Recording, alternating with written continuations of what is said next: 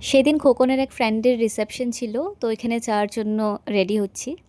অনেক দিন পর আইল্যাশ লাগালাম। আইল্যাশ লাগালে চোখগুলো দেখতে খুব ভালো লাগে। সেদিনই আবার সন্ধেবেলা ছিল শাশ্বতের সঙ্গীত। তার মানে আমি যে বলেছিলাম আমার ভাইপোর অন্নপ্রাশন, তো অন্নপ্রাশনের আগের দিনের ভিডিও এটা। তো পার্টির থেকে এসে আমাকে আবার ওইখানেও যেতে হবে সঙ্গীত প্রোগ্রামে।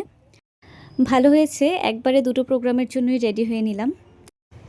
আমি যে শাড়িটা পরেছি এটা দুর্গাপুজোতে নিয়েছিলাম, কিন্তু তখন পরা হয়নি, এই প্রথম পরলাম। বিয়েবাড়ির লোকেশন আমাদের টাউন থেকে একটু দূরেই ছিল, গুগল ম্যাপ দেখে দেখে খুঁজে বের করতে হয়েছিল। যে কোনো পার্টিতে যাওয়ার আগে অনেক সময় লাগিয়ে মেকআপ করি, মেকআপ করতে করতে লাস্টে আর চুল বাঁধারই সময় পাই না। এভাবেই খোলা চুলে আমি বেশিরভাগ পার্টি অ্যাটেন্ড করি। একবার পার্মানেন্ট স্ট্রেটনিং করিয়ে চুলগুলো নষ্ট হয়ে গেছিলো, তার জন্য আর করাচ্ছি না। বিয়েবাড়ির থেকে স্ট্রেট চলে গেলাম সঙ্গীত প্রোগ্রামে।